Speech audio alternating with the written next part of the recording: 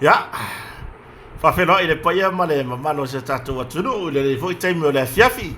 Ya, le ua tātonu le tūlai ono i le fiafi nei, ia i Samoa, i le aso lulu nei, aso lona lima, aso lona lima o le masina le nei o Aukuso, aso momora stona i aso lua le aso sā, tolu le aso ngafua, whā na nafi le aso lua, aso lima le nei.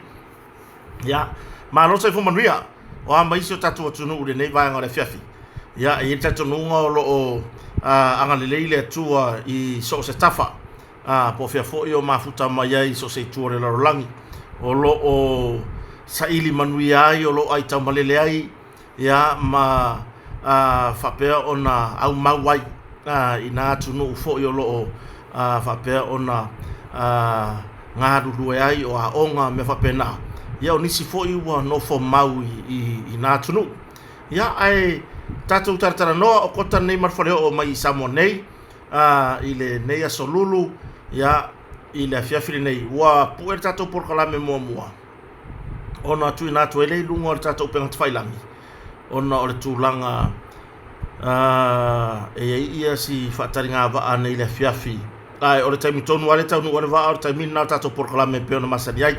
Nei le tūlai valu le afola valu le New Zealand e foi nei malo e mlaga mai ia le lai fa pe ona hanga ia tuen lai va le pe nei a fiafi ai ua tatu tartara no le nei fiafi ai ba sita penanga le Sautama ba ai wala mlama fai u ia le nei wa afa le nei va yaso nei me ane ua e fai me tu nei me ane ua fatuaya u fuanga ona o le tūlanga fo i lele e la ilo manatu whapea e lo peo o atu le aso tona iwa mo toi pa la ro tau o loa po le alama le ai taimi nei o te tari tonu ua whanga solo o val tato kompani o le motonga ona o le tūlanga pisi e pei ona e tapenanga mo le Sautama ia mo mori toi lavar whaftai i le mamalo so tato atunu i atunu mamau le olo whapea ona totongi mai ia mea alofa mo le Sautama ia ma whapea ona whatapena tato kampani e kiliva i le vai aso nei lono winga e atangia mai le tato pisi rai ai e aru lava ma le pola stona i o whanga solo tato kiliva mai se tūlanga i tato mea fale ma tato olo whapena ia o oka nisi o ainga i pei ona totongi mai atunu mamau ia o le sia tūlanga e whai lope se o tatu atunu uwaya ngā i luma ia le soifuanga matulanga i aso whamanatu whapea. E ao lava o na atara noa lo whaila woka. Tutongi loa. E oi. O le tua lalo nā marwhau tuanga. A ua mawhau loa o le a whaila woka pore a lava leo loa le tango e oka mai tatu company. Tutongi loa. A ua lava ange i se mea whapea se i mama. A wai e le mawhai moni ala utala le whai atu e le mawhai o na saulau oka e le tutongia sau ave e wha mua tatu company le ai e wha solo lava oka ua umon tutongi ma ua wha mawina tatu company o motonga ia le tūlanga o tutongi e wha mawina i lalo ma ave e wha mua lono winga fai whatatau nuu mai lau pe lau ia tūlanga tutongi o lau oka i le fiafi o la swaraile. Ona e malie lea. E tūlua le maua o le mea alofa o le Sautama i le Stonai. Ma le uma o le Sautama e le i maua o le mea alofa. Ma wala e lenge e sai mai tato company. Ma wala e sai mai e whapere tato company. So le rea ringa oka kuari le songa fuari, ringa oka kuari le so ruruari. Le ai. Langa so se kampangia so se kampangia e le mawhainga mingoi e fause mea pe a ungoa ma se payment pe a ungoa ma se payment ia po se tūlanga fo i lea whaisinga deposit ma me whapena le te le avanoa e maua tato company o avanoa e tongi mai ai online o le avanoa foi lea levo fai mamau ma tato whapitoa mo le Sautama ina ia lava taimi fai au tapenanga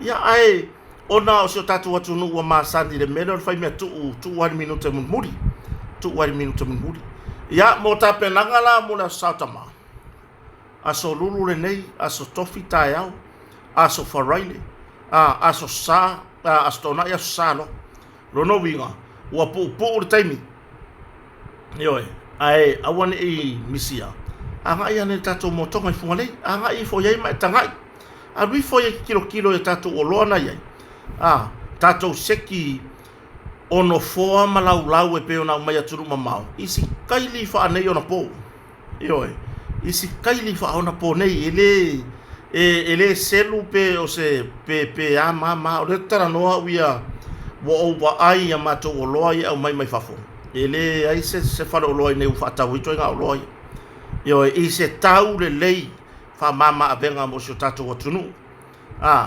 ia ai ele o tu ua I lava fausia ina o tatu o loa pe ona masani ai tatu mea fali fausia ina I samone nono winga ia te tahapena po le ale tūlanga o le ai lau tahapenanga o le a foi ia le tūlanga I le whainga o le mea alofa mo le sao shoutu atama po a fea le fo tongi ai o le maua le avanoa tala moni na le maua na yaso la fu e fau o tatu o loa ya ruele tise pusa aisa masinta lava oi ya o nga umu alu le wila ya o tulanga ya tatu e marulu le wa au mai o tatu company o loa nei ina ia tasi ya le fale fa hela fa tau ai le ngata I leo tatu ports mo fale le ya tili mar fa au le ina o to tono mauta malawa tatu PVC ports o tatu PU stone tatu wall panels fa matango fie tu tono lo mauta mo lawa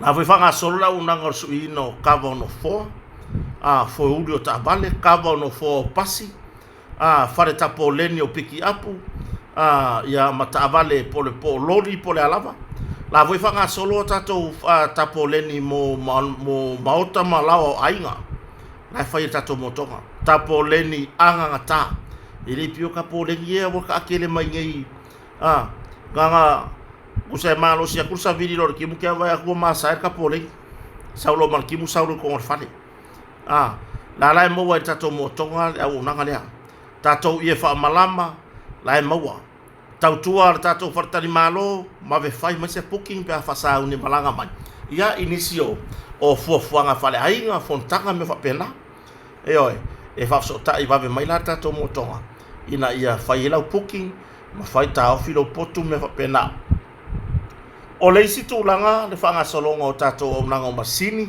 o lori so soani bonga wenga ainga pe o le ala vartere o langa wenga pela kiki pe fe o lolo pe kele aku o le mato o nanga na mato te o atre whaalau le leilo maota mo lo ma fale o lo tua fale se whanua fau e whatoa o le mato ngar wenga na se whaavai o se maota fau po se lawa fau o se ainga o ia o manu tāpuai suaina o malayo a onga malayo e kalesia ia longo mertato motonga ia vatu se tau faa maria loto ma to nga tau foi lea e ngafa tau limaina longo winga ngafa tau limaina te foi tato togia ia o tau tua namana unanga tato fatari malo le motonga mo ila tau foi ile tūlanga I me foi le asu pe mimiki mo meu vapes mo meu vape lai mau fo tato motonga vai fa de natura lai mau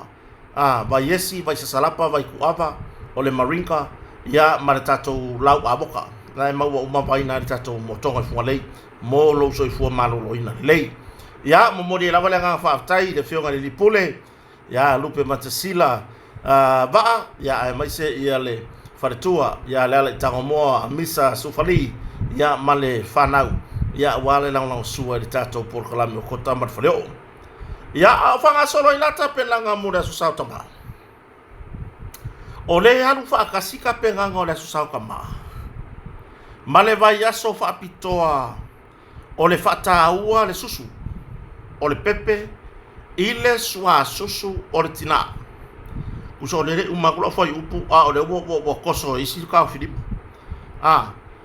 le vai aso ole fata ua ole whaasusuina o pepe i le suasusu o tina. Lono winga, ka ko le upu whaamamafa, o le suasusu. Ioi, o le upu ngā ngi vai aso. Aso sauta ma le suasusu. Ioi, aso sauta ma le suasusu. A tātou tō manatu i le tala ya Mose. O le tala e malamalama.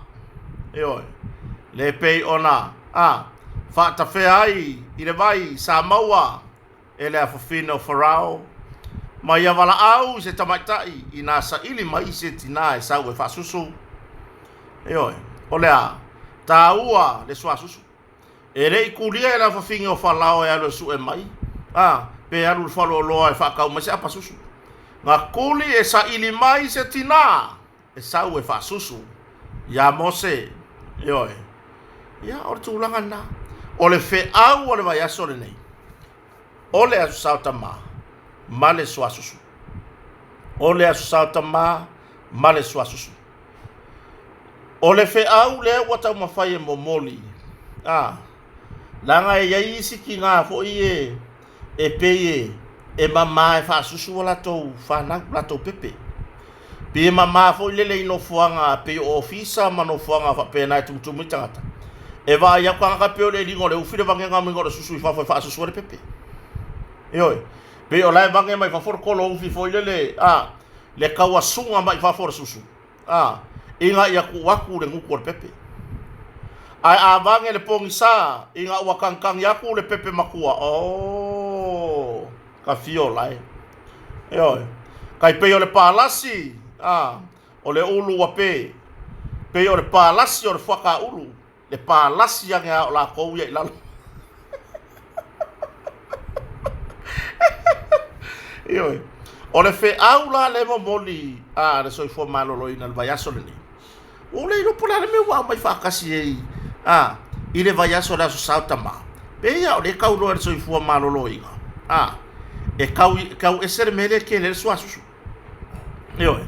E kau esere, wa i le pula me gale ku ele sau ki ngā e wha sau e wha mga kunga le o le suasusu. O le ngei wa mai ngingi whakasi mai male sau ka ma. O koe ngā whale mo koe mawa whawha pia. Sorry. E whai kai peia ka ma o le kele le suasusu. Ioi. O wha pia o mawa whawha e peia o le kele ka ma le suasusu ngai pepe ka lo whai. Ioi. O lea lau moli mai. O tautina ia whaasusu. Lau pepe. I o lava susu. I lana suasusu. O tapena ina ile tua. Wa iai le malo sianga. Wa iai umai totonu. Mea uma o le fuafuanga ina ia ola matutupua ele pepe. I lona tūlanga saonga le mu. Ma fi le mu. Ma tino le lei. Ma au le lei. Ma malosi. Io e soifua malolo ina le lei. Le mele iai. Ka vai aku ngai pepe ali so le pe ngā o ingura res. E iari e kikifa solo mai ngai pepe. So le aka vai aku ka mau pepe. So le ola. Piu whaki kele inga le malolos. Mea le tina au wale mai vange le susu I fafo. Io e taimi e wha susu ai na ua tangi atu le pepe. Ua fia ai. Io ngā luenga e whai whaatasi le ta māma le tina. E taulanga le alu toto. E taulanga le pepe fou. Taimi e tangi ai. E eri taimi ua vai le tina. Tangi le pepe. Fangu o ele tama. Ai leo le whakangākangi wha pepe o ele kama. Wake ia le wai whakangākangi lai. Wake iangir ki ngā ilunga. Ma le mangaku o le pepe le kangi. O ele kama. Le wake au mai.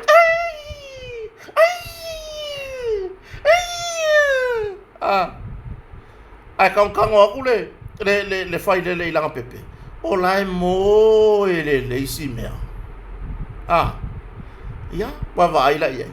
O le ngaluenga fai fatasi le fe au le nei vai aso. Ia fa susu le pepe I le suasusu o tina. Io e mama mai soifua malolo ina le le pepe. Io ele ia se me o fa pe mai o le suasusu mo le kamar pepe. Sele. Aru o ia vai le fa le swa u palpala ka vale la le lingi se fa susu ke susu o ia. O le a ingu le pepe le swa susu ai kan e ko ma o ia lo fia pepe sele. Aru o vai le swa u palpala ka vale la le. E kai pe ia ko o swa susu. Ia nga lingi le se fa susu nga miki e ale o ia. O fe au le na. Ya ta penanga mo na susa na itama mo moli atu ai mal fe au. Ya ile nga ruenga fai fata certa ma martina. Au wale tausia ina le leo le loa taua. Le ua vai fa manuanga le malo. Ya fa ungo e tausanga nei po se me o November te sema. Le ole afiki ai loa. Tau fa mai a umartulanga i niso survey o lo fanga solo al tanga luenga. Tina ta mai tai ai nga te so fo marolo ina. Ya ona fanga solo le le ai rola ia lea. O le tufta foi na tu me alofa. Po o tulanga i nai fa manuanga. Mo nai pepe fou. Ma fa manuanga mo le tina. Tulanga voi le ana fa na mai lava mo lo se lau. Fa au tai se lau ta lai masina se ia ona tolu tau sanga o pepe. Avatu le preschool life re tulanga i mea onga. Ma tulanga le onga fua o le tamatiti. Tausi le leila on so fua malolo ina i mea ayo la tapena ina. Ia tato preschool. Ia se ia o lava na onga ma. A solo atu le primary school. Kolisi ia o atu le university. Ia ma o koi roe kau malala. Ioi. Wai alua la onga ka mare si ngari. Nganga uma wa onga i kolisi. Pole ale ngor kolisi la ya onga. Fa pe ila me ile university o sa mo pole usapi. So la vi fonga la waku yo tan malala university. Ele me ale ya ka kou. Ai tu langa na. Vai por ale maro fola sauta ma motonga tan. Ioi. Bili ale numero le motonga le lua fa on fa. Por tolu tasi valu valu. Lua fa on fa. Por tolu tasi valu valu. Fartari malo matato vai fa natura o le lua fitu o tasi. Lua fitu o tasi. Ya monisi fam talanga. O le tata mta upu e fia fa soia. Ya mo va ai de sauda ko ani so tustusinga. Foi le wingo la fa nga ya le upu le o le au loko leanga. O le wingo la fa mtalanga.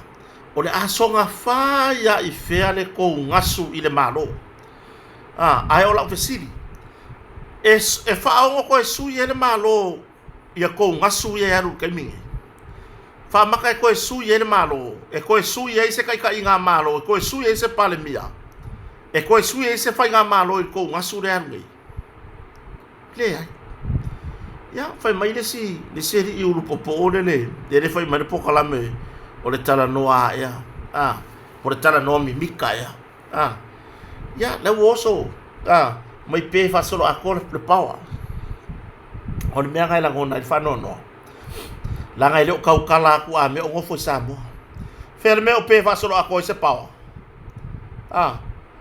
O fa mai pe fa solo a ko le pawa o ki ni fa le mai. Ai o lokele la kapi. Ai muri mai ai. Le kala ese ele ai lo ile le. E lo ile le anga longa loko. Io ba kwale anga fai ya le loko. Vai le ma fau fau. Le fam kala nga muri ya. Fa mai o le loka i kai se malo. Le ngola kwala. O la me o ke e wai ni ko sa mo. La me o ke e wai ni ko sa mo o fa me la nga su duanga. O le se kala nga o mea. E ke fa va wai foi ara nga. Oi. Ma no si kire lu ko fa leanga. O le le fai mal poka la menga kala ngon mika ya por ya. So ia le ola se olanga le. Fe me o pe fa solo a ko se pawa.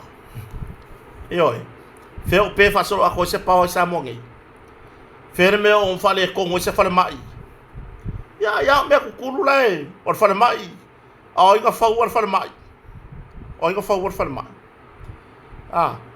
Me anga fa o ngale le ilo fa ai. La le wingo le kala le o fu lo ke la kapi. So kanga ile le lo fa se malo. Ya le lo fa fe o mangu ya le ku hu fa ga malo. Na ga le fa ga le la ke lo ko le anga le la u del mali to. E ke o lo de nga vai nga ma o pa ya lo ulu. Se vai o fo ringa mo makua pe o kingi pu ho le kuia le ili fa pia e fi fa mer fa le ngana malo ko su ye le fa ngana malo ku a fa wa ile ko sa mo o ngor ku langa fo ile le makua I pala o makua I pala mi ya mai kakia o ko ka kala du ngona huku oi o ko ka kala du ngona huku oi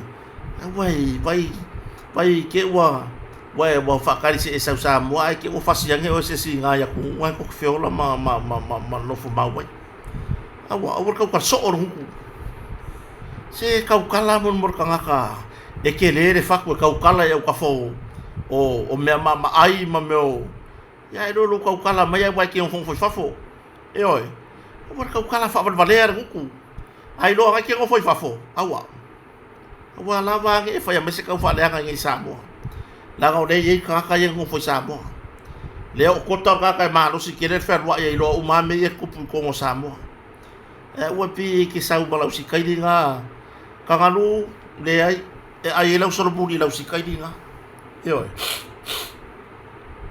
pe la tu langan na ya boleh longang ime o kusi au fo kusi mai tai fa masino boleh longa o pe ya le aru le dia o le alu mus pepale boleh longang ime o langa mai lunga ya o fia kari mai yer palmia ele o fia kari mai yer palmia le ko mai ma wase kai mi o le lau del maria ko kari ngira pisia au dia yo ya valo mai pe nga yo kangalu ya valo mai pe nga awe ki kaukala le mafofau awe ki kaukala le o ia lo huku yo me ngai le ola mai se ai ngai ngi me ka usa makua se ka mama se kinga yo pe makua faila pe ia se ka mama se kinga le ola mai le se ai nga foi le nga or kinga ai ka usa ili soropo foi le ngolo kama ya me nga ka o lang fa valea so ye ki le mafofau lo ku kai o malo so ye ki le mafofau tai ngara fionga le para mia marka peneta yo ya fa ye wai le ko sa mo ba ngi fore lo wisu se me vela nga ma e kap puai mai ma ko faiva ma ko le ngo foi ngi sa mo war ko fa songa fa felle ia lunga o mea ki ko pa o se me e ka mi ai yo ki ko pa o se me e ka mi ai ya o lo ia ila vai tulanga fa tala no anga ia tulanga chacho la kapi sa mo nei ai e ro chacho no fa yo sei tu la fo le o chacho la kapi o se tulanga le wai o le mea monia ia ele ma fainga ku nga ku faua mo le mele anga ya lu anga o ia e ka kawanga ise for fa fika kawanga ise for fa fika le ala fa tara no ai pen nei taimi ram ta pulea marta to la kapi ya ai mai se o le nga solo le si uni la kapi le ta tala vaso le tele le Samoa Rugby Football Union le SRF FU ai o tulanga fa masidonga ile so ya ua fatatia ine se fa salanga mo le sa aviam fa ya onga ulu le man sa mo suma lima ya masse mahonu swaka u fatatia ine se fa salanga ono tulanga se ya mai ale apili se fanga solo tau manga o le apili be ona apili ya masse ia le mo ia fai unga ina o fa ma ni ona mo dianga ya o fainga ainga le tarfeangai fainga ainga fai fa malosi ya masoni ngatu la fono so tanga i de sawaina o arno mfa na utamatai o ila bo ngofo am uma mo fa pea e fa pea uma fording or cases kamo king fai popo fa pea uma fording or case king fai popo ranga yai man ko fa case king fai popo na utato lo uma king vai popo lenga afien ta por pulenga fo fa o maliu ile sa be fo pale mi mo ya por sunga tu le pasa ile le mali ngoi ai O le mata upula ki fai popo. Ina ua o le tūlanga le fai unga. Ua au mai le fai unga whamasinonga wha maonia mō lianga. Ai lau korola launga se uba lau fai unga. Ai o leanga ngau ki fai popo e apili. Mantuala. O le afuile ngo Legal Aid. Lo ia fuile tongi el malo. Satu la imo le sunga ki fai popo. Vai, o Legal Aid i nei Samoa.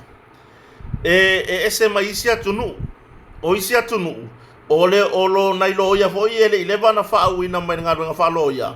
E o mai ngaru lu ele mele o le Legal Aid. O i nei Samoa, o lo ia e ngaka ilo ia. O lo ia si nia. E ngaru lu ele lo megi o Legal Aid. Eoi. O le mata upula king fai popo. Lea foi na fina ngalo i king fai popo. I le tūlanga foi lea e apili lana le fai unga. E apili le fai unga. Ai le i au maia se whaasalanga. E apili le fai unga le whamasinonga natai. Ai le au maia se whaasalanga mo ia por hale por hale un whaasalanga e whalpui pui. Ai peitai. Ia ele italia ina le whamasinonga. Ioi. Whamai le whamasinonga o lana ia process. E mua lau le fai unga. Kua alwa ile ka ngaka male fai unga lea. E ka penga mai ai sanga apili. E ka penga mai sanga apili. Ai peita, ele tupu. Ele tupu ra le keiso king vai popo. O le wa tupu le keiso Mase Mahonri Swaka. Le fai a onga ulu o le tatou manu Samoa suma lima. I nisi fo tau sanga umu vai. Sa avea foi matamata alo o le manu Samoa. Io, sa avea foi ma. Tamata alo sa whaalau roina le ingo Samoa ia tunu mamau. Ia le sunga ia Mase Mahonri Swaka. Ai peita, i o le whapitauri nā le tupu. O whapitauri nā le tupu nei. Ia, lea la ua na sau no manino le whamasinonga. Ia Donald Kersley. O le adua i whapea. O le ata ofi le au mai o se whasalanga. Se ia whaanga solo le tūlanga o le apili. Ai a whapea ai te ena i le apili. Le whamasinonga apili. Le tūlanga e pei ona iai. Se ia whai mo mua whasalanga. Whatoa a whai hele o le tūlanga le apili. Lono winga whai mai ia loau. Donald Kersley. Ia o le mata upu. E te tau la ona toi fhoi atu. I le whamasinonga maurunga. E au mai se whai unga. E matua fhoi. Le wa umona sau noa le fionga ia bui Clarence Nelson. O ia lea le wa avea nei makome singa o le sulfainga. Le ombudsman. O le alawa le taimi e mo mia ia e lau ina le whai unga o le sunga ia Mase. Langa o ia sa se ei. I le tūlanga i le mata upu lea. O whaanga solo ai ia tau manga o le nei mata upu. O ia la sa apea ona se ei ai i le mata upu lea sa avea mfamasino. Le alawa whai mai ia Nelson. O le alawa le taimi e mnao mia e le whamasinonga. Leona se e whai unga mata upu lea. E whaavano alo na taimi. Lono winga. A whaapea nei ai te enga e le whamasinonga apili le tarusanga Mase. E tā ofi ai le whai o se whai unga ia se apili mua. Mōri anga ia u whaamaoni e whasanga e te ia. Ia. Ona whatoa whai ilo se whai unga whamasinonga. Io, kusare mua whai le apili. Ai mun muri amai se whai unga whamasinonga. Ai o le procesa ia ngā māsangi ia le ofiso leo ia. I le ala o mea. Ka leka kilo ka ika ia. E mua lau pe whaamaongia pe le ai o ka mōri anga. A saulo e whaamaongia o ka mōri anga. Ia wakanga wa aloa. E whailaka. E whaisaka. Ka kiaru koe apili. E koe apili le whai unga lea. Leo whaamaongia ingi o ta mōri anga. I le mea māsani ala ia kanu o ka whengaru. Ka ika ilamia. E mua lau le whai unga. E mua lau le whai unga. E mua a mai le whai unga le whamasinonga. Ia akui iai lo ia me pena. Ai mun muri ane. Whatoa. Iai se tūlanga i mahu whai apili. Pe a whai e whaalonga oka ika lea. Lea e onga le mata upu. Le mori a mata upu lea. E le o tonu maami o tonu se tūlanga i le ala fua o whaatau nu. Wai whai unga whamasinonga. O ngā arurole kan whai apili. Ai i le mata upu lea. I lo ulawa ta tonunga. o lea ua fete na i nei man mata upura sa afia ile sunga ya ki fai popo ya malele paulo o le fete na ingala na le o te fisi de uia po le al me ngale fai ele kai mi skamo ki fai popo a o le wa tupu le taimi o le sunga ya Mase Mahonri Walker yo pela o tu langa na wai o le me monia ia o le likol 8 la le mulia a ki fai popo pe ia o tamai ta ilo ia ya miro lui wa vai likol 8 ai le sava pe ona tu la i mo ki fai popo ile fai un tau ma ia tau fai fi nau le mele o fai mai ki fai popo peita ele tari ai na fama sinonga le ana i ula vai na laude le fai un or sunga ki fai popo ma o tau no unga foi na mata ele ma fai ona to apili ki fai popo le tu langa ya ala sanga ba ai fai se tu langa apili le fai un fama sinonga o mata pula le al sunga ya Mase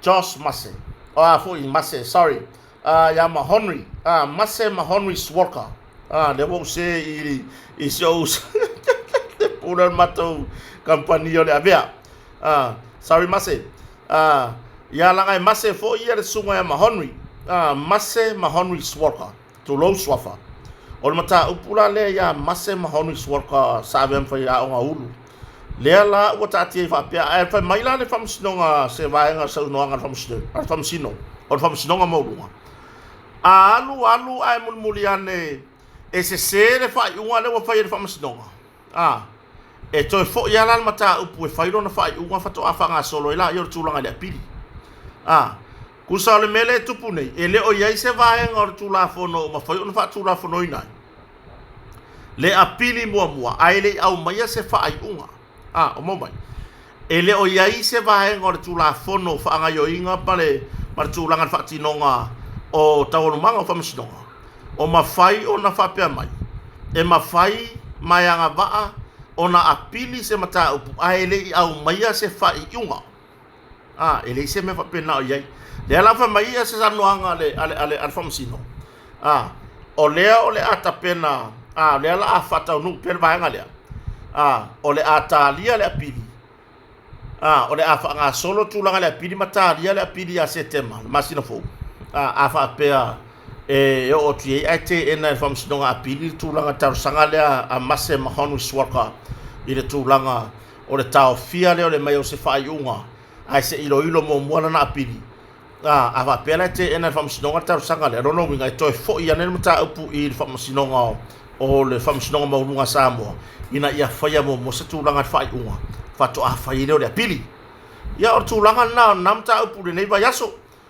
pe ona ia ia ai tato titiro pe po le fa tinonga fam sinonga po le tulanga le ai fa tinonga fam sinonga ia i tulanga i mata upu nei ia ai o tulanga na fo tato por klame ne fiafi fa maru do tato o tunu vai o nei le valu a for valu le ba ale enu sile le o talu te fatali vai ia mai nei malo e malanga mai pe la tu langa nai vole fa stato proclame te masa no tem tonu ala stato proclame le tonu wala va ia matio foi lam o tali i nei malo foi malanga mai ia ma avatu ta vale fa nga mo la to fo inga Samoa nei ia ia foi inicio fo nga pio na malanga mai Samoa ai o tu langa na fa fo nga su tato o tunu tato tarano fo i le aso tai au pe au dia i le lo fo malanga le le tua ia ai fa ftai tele ana motonga fa ftai la vai le fionga le pule ia lo pe matasila va ia ma se fartua ia la tanga mo misa sufali